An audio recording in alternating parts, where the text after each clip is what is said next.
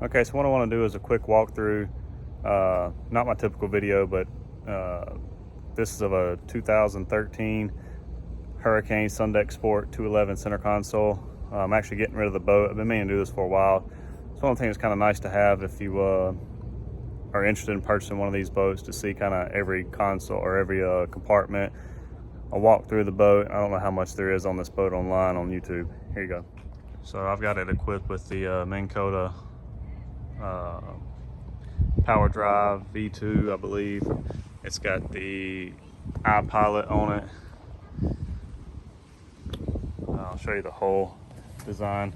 It's actually very stable.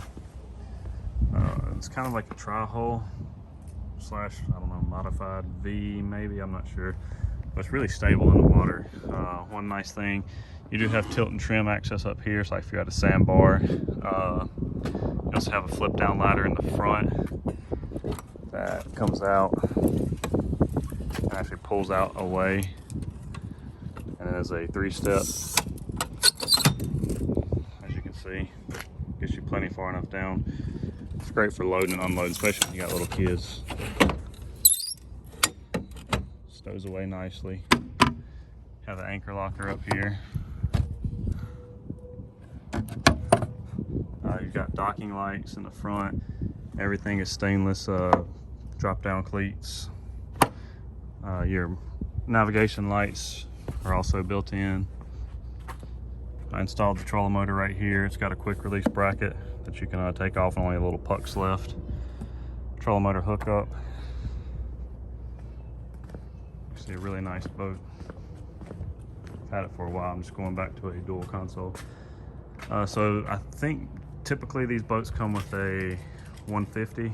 To me, that's way underpowered. This has the 225 with stainless prop. There's the battery compartment. Plenty of room. You can add a dual battery. It's got rod holders there. Another nice ladder here. 3 steps. Close that. Pull handle. You have a water tank under here. I want to say it's 15 gallons. It may be a little bit bigger. You have a rear pull-out shower. It came with like a little plastic hose. I actually put one of these hoses on it. It makes it a lot easier to get in and out. It's got little courtesy lights right there. You can get in. I've got the rear cushions out right now. I do have them, so all this is wraparound seating. Up under this, you've got plenty of storage. There is the water system, so it's a pressurized system. So as you turn it on, it pressurizes, and when you turn it off, it builds pressure and turns itself back off. Water tank.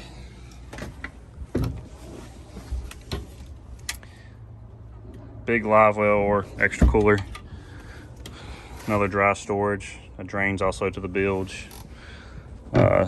Self-bailing right here, goes out over the side. Got cup holders. We got 1, 2, and then 3, 4 rod holders.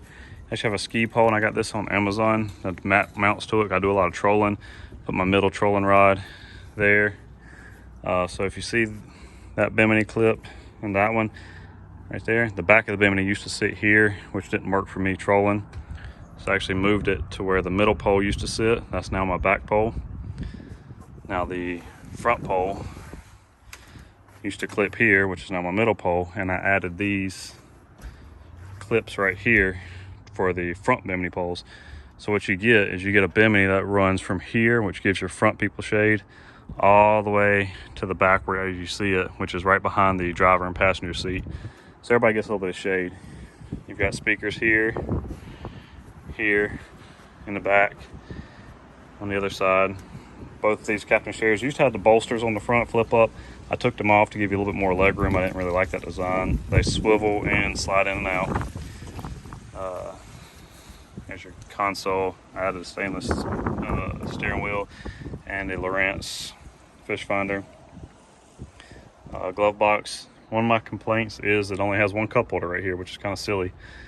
I use a frog tog, or not frog tog, but a toadfish cup holder that kind of just sits right here. Works great. 4 nice rod holders. I put all my trolling rods in there. You got, I guess they call them combing bolsters on the sides. I actually added these as well. That just gives me more places to hold rods when I'm doing certain types of fishing or hold my net. Has a built-in cooler holder, built-in fire extinguisher holder. You've got one more rod holder right here. You don't really need a like a rear anchor light because that's actually built in up here. Another cup holder. Not sure what this was ever intended to be. It's like a sink drain, but the sink is actually over there. You have more storage, nice storage under here. It's dry.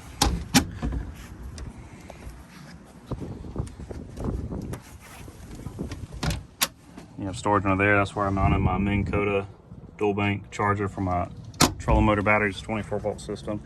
And outside of the boat, right here, you have the plug for the battery charger.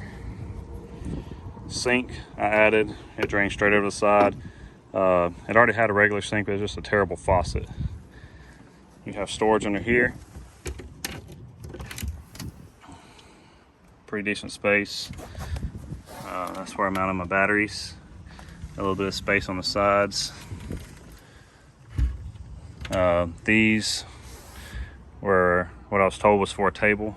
You have another courtesy light right there.